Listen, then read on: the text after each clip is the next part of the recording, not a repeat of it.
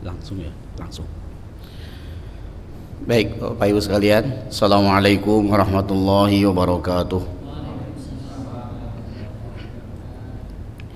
Alhamdulillah alladzi khalaqal mauta wal hayata liyabluwakum ayyukum ahsanu amala wa huwal azizul ghafur.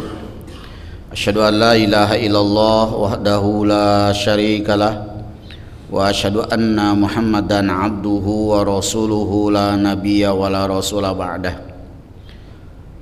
Allahumma salli wa sallim wa barik ala hadzal nabiyil karim nabiyyina Muhammadin sallallahu alaihi wasallam wa ala alihi wa sahbihi wa man sara ala nahjihi ila yaumil qiyamah, amma ba'du. Faqala Allah Ta'ala fi kitabihil karim, a'udzu billahi minasy syaithanir rajim, ya ayyuhalladzina amanu taqullaha haqqa tuqatih wa la tamutunna illa wa antum muslimun. Wa qala aidan, ya ayyuhalladzina amanu taqullaha wal tanzur nafsum ma qaddamat lighad wattaqullaha innallaha khabirum bima ta'malun. Wa qala aidan, ya ayyuhalladzina amanu taqullaha wa qulu qawlan sadida yuslih lakum a'malakum wa yaghfir lakum dzunubakum wa may yuti'illaha wa rasulahu faqad faza fawzan 'azima. Shadaqallahul azim wa sadaqa rasuluhul karim wa nahnu ala dzalika minasyahidin wa dzakirin. Bapak Ibu hadirin yang dirahmati Allah Subhanahu wa taala, alhamdulillah siang ini Allah izinkan kita untuk tetap istiqomah sehabis menunaikan salat wajib kita thalabul ilmi. Mudah-mudahan ini semakin memudahkan jalan kita menuju ke surga Allah Subhanahu wa taala. Amin. Rasulullah bersabda, man salaka tariqan yaltamisu fihi ilman sahalallahu lahu bihi tariqan ilal jannah. Barang siapa yang menempuh jalan dalam rangka menuntut ilmu, maka Allah akan mudahkan jalannya menuju ke surganya.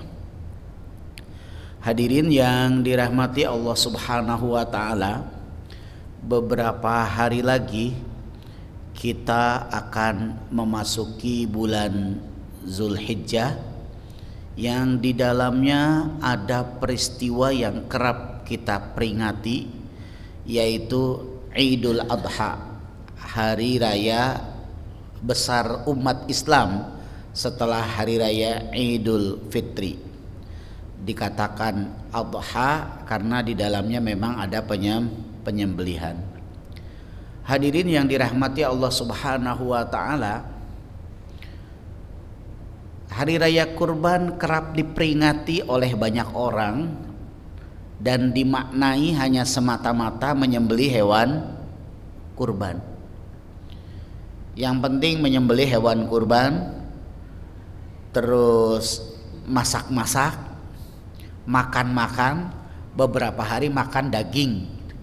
Kira-kira itu tidak salah sesungguhnya, karena salah satu misi dari kurban itu sendiri ya adalah misi kebersamaan, misi bagaimana kita semuanya bisa merasakan kebahagiaan pada hari itu. Tapi ada hal-hal yang tentunya harus kita maknai lebih daripada hanya sekedar makan-makan daging kurban. Karena sesungguhnya kisah Nabi Ibrahim alaihi salam itu adalah kisah yang multidimensional ya di dalam konsep kehidupan manusia.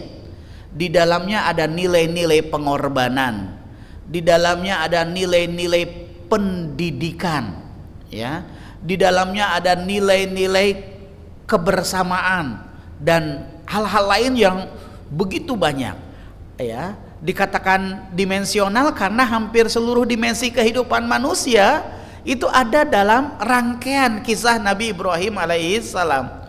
Sejak Nabi Ibrahim alaihissalam berdakwah ke Mesir sampai dengan kemudian Nabi Ibrahim alaihissalam diperintahkan menyembelih anaknya.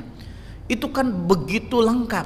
Maka hadirin yang dirahmati Allah, kalau kisahnya Nabi Ibrahim itu banyak bernilai dimensi-dimensi yang ada dalam kehidupan manusia, ya.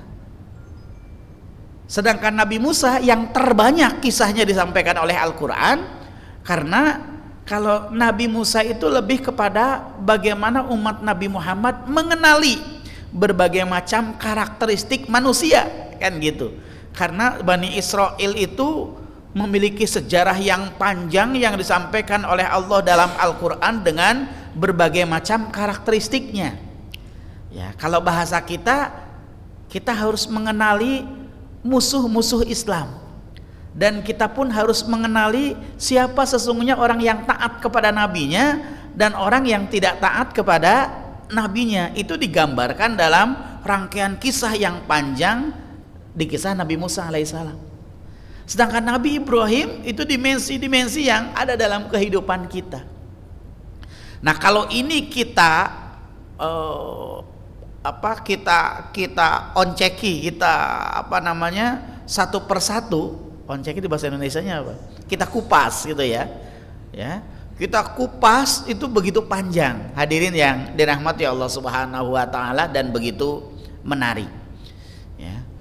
Tapi karena keterbatasan waktu, ya kita hanya akan mengambil satu bagian saja di antara dimensi-dimensi tarbiyah, dimensi-dimensi pendidikan yang terkandung dalam kisah Nabi Ibrahim alaihissalam, yaitu pengorbanan itu sendiri.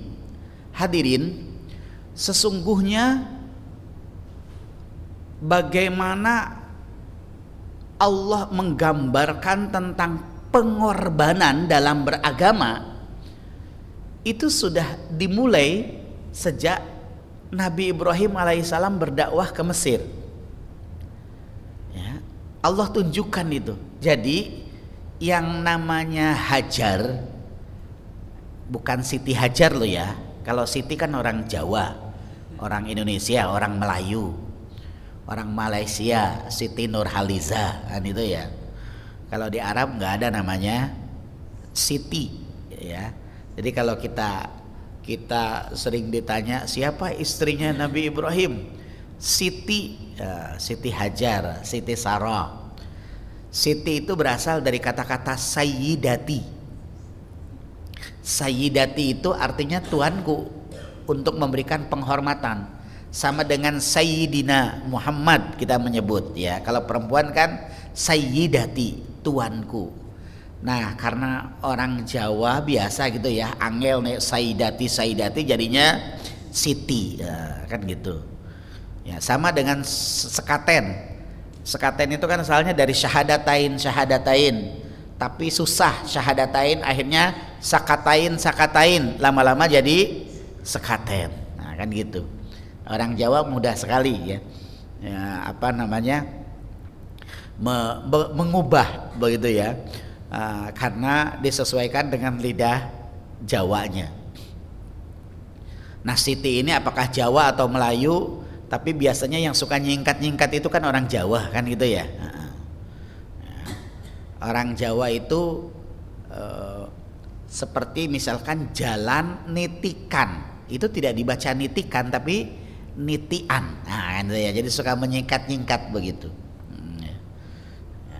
Nah, termasuk Siti dari kata-kata Sayyidati, tapi namanya ya Hajar. Jadi ketika Nabi Ibrahim berdakwah ke Mesir, Nabi Ibrahim itu ditemani oleh istri yang pertama. Ketika itu istrinya hanya satu itu, yaitu Sarah. Dan Sarah, Bapak Ibu, itu seorang wanita yang sangat cantik. Sangat cantik. Nah, ketika Nabi Ibrahim membawa Sarah ke Mesir, Nabi Ibrahim itu sangat tahu kalau raja-raja Mesir itu adalah orang-orang yang paling suka dengan wanita-wanita cantik.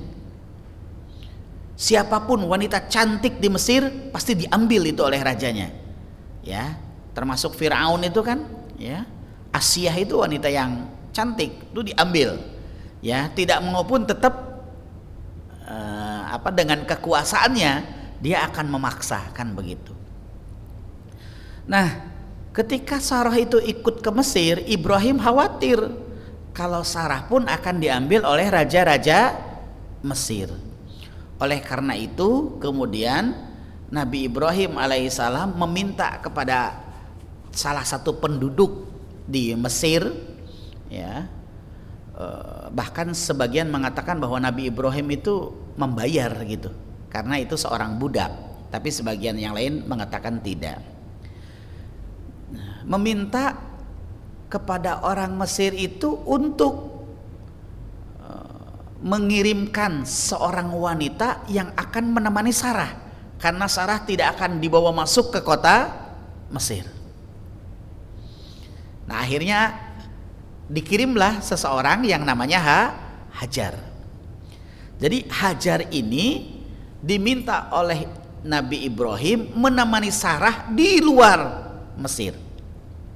Sementara Nabi Ibrahim berdakwah ke Mesir. Nah, hadirin yang dirahmati Allah, singkat cerita, ketika Nabi Ibrahim pulang, ya, menemui Sarah, kemudian Sarah meminta kepada Ibrahim untuk menikahi Hajar, karena Ibrahim sudah tua, Sarah juga sudah semakin menua. Ini singkat cerita, ya, menikahi Hajar, karena Sarah sangat tahu bagaimana Hajar. Sekian lama Hajar hidup bersama Sarah ketika menemani itu. Akhirnya dinikahilah oleh Ibrahim. Nah, hadirin, coba kita lihat nilai-nilai pengorbanan pada penggalan kisah ini. Bagaimana Hajar dengan rela, ya, Hajar dengan rela menemani Sarah, ya, menunggu dakwah Nabi Ibrahim alaihissalam selesai di Mesir. Karena kebanyakan Hajar itu bukan seorang budak, Hajar itu seorang merdeka, ya, dimiliki oleh seorang tuan yang oleh tuannya dihadiahkan kepada Nabi Ibrahim. Ya, wanita merdeka yang dimiliki bukan sebagai budak, begitu ya. Ya. Tapi ini karena tidak ada dokumen yang pasti, ya, versi pun banyak begitu. Ya, pengorbanan Hajar, bagaimana dinikahi oleh Nabi Ibrahim menjadi istri kedua, sementara Hajar begitu tahu bagaimana cintanya Sarah kepada Ibrahim dan bagaimana cintanya Ibrahim kepada Sarah. Ini adalah pengorbanan yang tidak mudah. Ya, sekarang saja kalau ada wanita yang mau dinikahi sebagai istri kedua, itu kan pengorbanan yang luar biasa. Ya, mungkin kalau lelakinya banyak duitnya, kayaknya nggak masalah, karena yang penting fulusnya, ya. Tapi kalau demi dakwah misalkan mau dinikahi, itu sebagai wanita yang luar biasa. Ada sebuah cerita dari seorang ustadz itu, ada seorang wanita, bukan janda, ya, wanita karir, ya, dia sudah mapan, kemudian ingin belajar ngajilah kepada seorang ustazah. Nah, setiap ustazah ngajar ngaji ini, dia membawa anak-anaknya. Nah, si wanita ini melihat betapa kumuhnya anak-anak ustazah itu, sehingga dia merasa bagaimana Islam itu akan memberikan potret yang positif kalau ustazahnya membawa anak-anaknya yang nampak begitu kumuh. Nah, yang hebatnya, si wanita karir ini menawarkan diri, bagaimana kalau saya menjadi istri yang kedua dari suami ustazahnya. Ya, keinginannya adalah supaya secara ekonomi, ya, ekonomi ustazahnya itu meningkat. Pokoknya semua yang jamin dia. Ini kan hebat banget gitu. Ya, ini pengorbanan kan itu ya. Nah, Hajar itu memiliki pengorbanan yang luar biasa. Nah hadirin yang dirahmati Allah, pengorbanan yang kedua Hajar. Ketika Hajar mengandung kemudian melahirkan Ismail, Saroh itu kemudian cemburu, dan cemburunya cemburu buta, sampai terucap di kata-kata Saroh itu sumpah, aku akan memotong 3 bagian tubuhku, memotong tubuhku menjadi 3 bagian. Itu kan menunjukkan Sarah ingin bunuh diri, begitu cemburunya kepada Hajar. Akhirnya Hajar meminta kepada Nabi Ibrahim untuk mengajaknya pergi, ya, untuk mengajaknya pergi supaya tidak mengecewakan Sarah. Ibrahim menyetujui. Hajar kemudian memakai 2 kain. Kain yang pertama untuk menggendong Ismail, kain yang kedua diselembrehke ke tanah. Kenapa diselembrehke? Agar jejak-jejak Sarah itu kemudian terhapus oleh kain yang diselembrehkenya itu. Diselembrehke itu apa? Dijulurkan. Ya, yang dijulurkan ke tanah begitu. Jadi jejak-jejaknya itu tidak kelihatan, baik jejaknya Sarah maupun jejaknya Hajar maupun jejaknya Ibrahim. Ya, ini pengorbanan luar biasa, pengorbanan menjaga perasaan orang lain. Ya, pengorbanan menjaga perasaan istri yang pertama. Nah hadirin yang dirahmati Allah, dan perginya, diajak pergi oleh Ibrahim itu tanpa tujuan yang jelas. Ketika Hajar bertanya kepada Ibrahim, kita akan kemana? Ibrahim pun tidak bisa menjawab, kemana kaki melangkah. Nah begitu tiba di sebuah lembah, ada pohon besar, ya, Hajar meminta istirahat. Ketika Hajar istirahat, Ibrahim tiba-tiba pergi, ya, tanpa berkata-kata, tanpa menoleh. Ketika dipanggil, wahai suamiku, engkau akan pergi kemana? Ibrahim tidak menoleh dan tidak menjawab. Hajar kemudian kembali, wahai suamiku, engkau akan pergi kemana? Kenapa engkau tinggalkan kami? Gitu. Ibrahim tetap tidak menoleh, sampai dengan kemudian Hajar itu mengejar Ibrahim, lantas bertanya, apakah ini perintah dari Tuhanmu?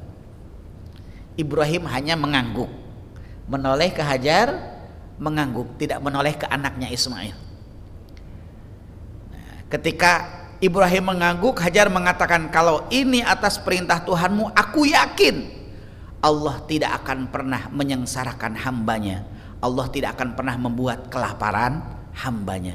Ditinggal di tengah-tengah lembah, kering kerontang, tidak ada sumber air, makanan pun tidak ada, hanya ada satu pohon besar. Pohon besar itulah yang nanti di dekatnya itu ada sumur Zam-Zam. Kalau sekarang kan gak ada pohonnya. Ya.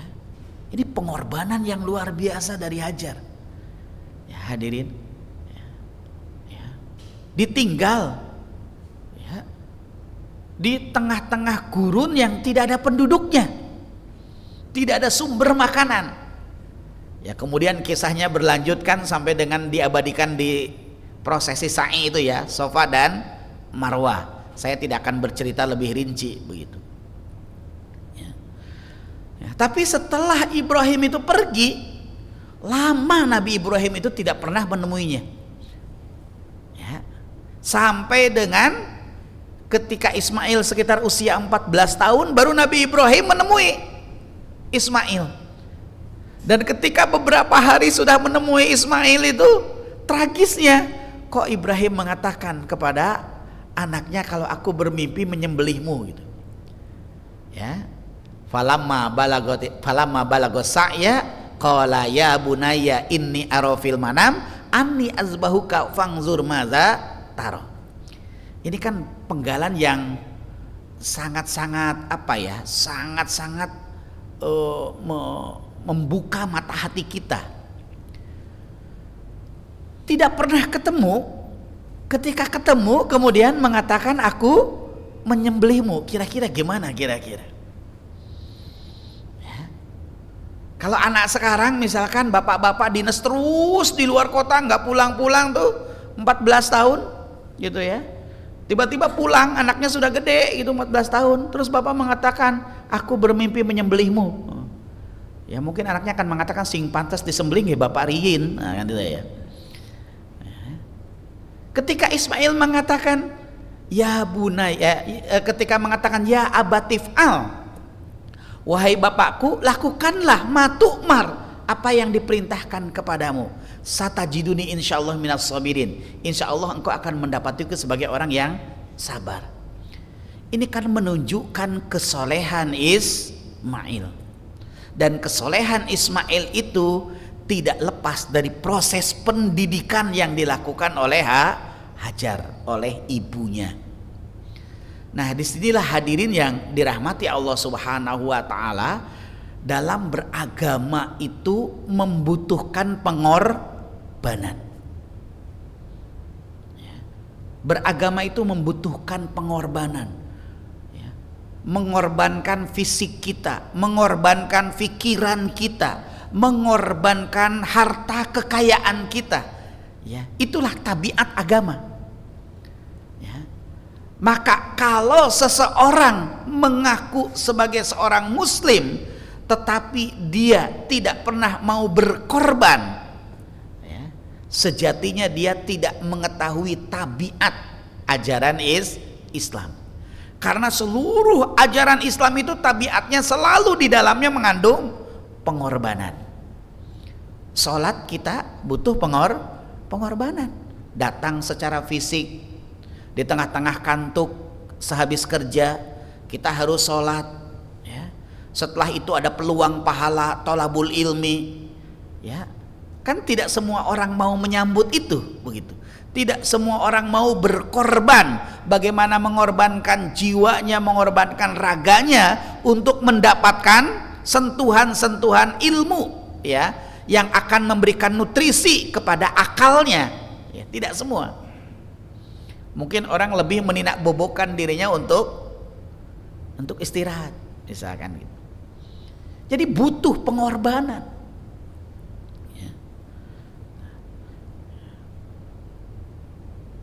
Itu tabiat beragama. Puasa, zakat, haji, seluruh ajaran Islam itu selalu harus dibingkai oleh pengorbanan. Nah, hadirin yang dirahmati Allah Subhanahu wa Ta'ala, bahkan ketika sudah terjadi peristiwa penyembelihan, lantas Nabi Ismail alaihissalam diganti oleh kibas yang sangat besar.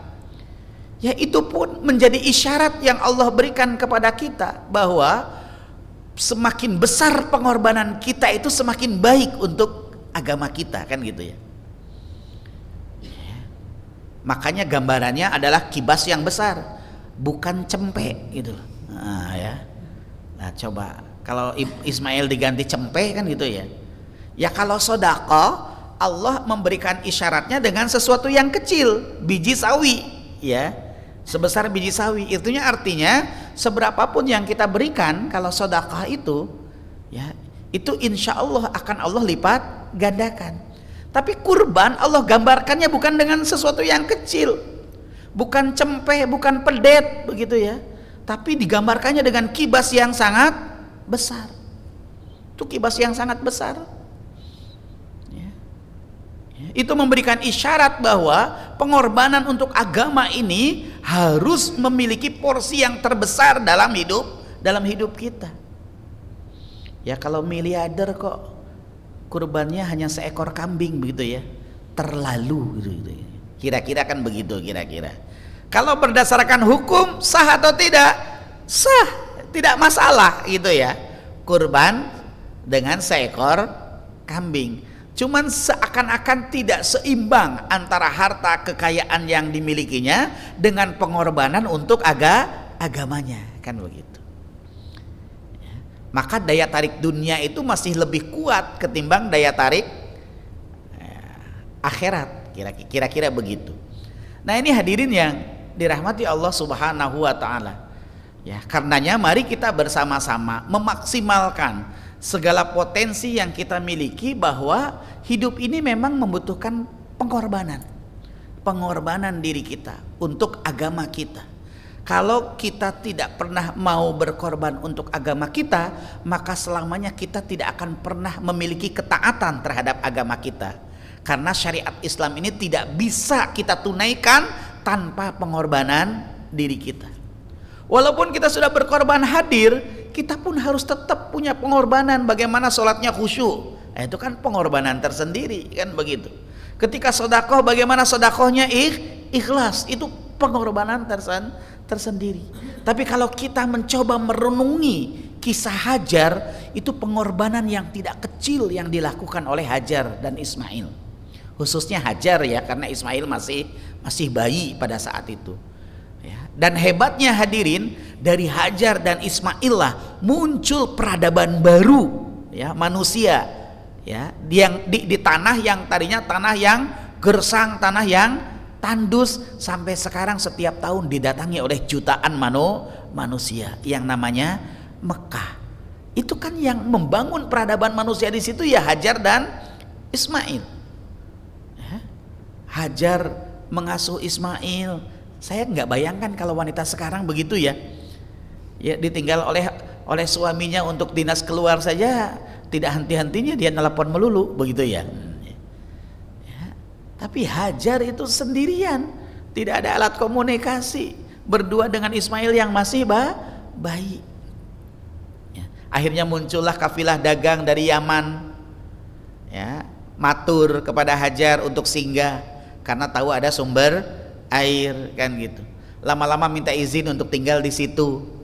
Ya, disitulah mulai terbangunnya peradaban manusia. Nah, hadirin yang dirahmati Allah Subhanahu wa taala, ini satu kandungan makna ya, dimensi pengorbanan dalam beragama. Masih banyak yang lain yang harus kita renungi bersama dari perjalanan hidup Nabi Ibrahim dan Hajar yang di dalamnya memberikan pelajaran-pelajaran yang berharga bagi kehidupan kita. Mudah-mudahan Allah Subhanahu wa taala mendorong kita ya untuk memiliki semangat berkurban di tahun ini, dan bukan semata-mata menyembelih hewan kurban, tapi dimaknai bahwa kita memang harus hadir dalam beragama ini. Kita harus menghadirkan hati kita sebagai wujud pengorbanan kita terhadap agama kita ini. Mudah-mudahan Allah Subhanahu wa taala senantiasa memberikan bimbingan, memberikan perlindungan kepada kita semuanya. Aqulu qouli hadza billahi taufiq wal hidayah. Assalamualaikum warahmatullahi wabarakatuh.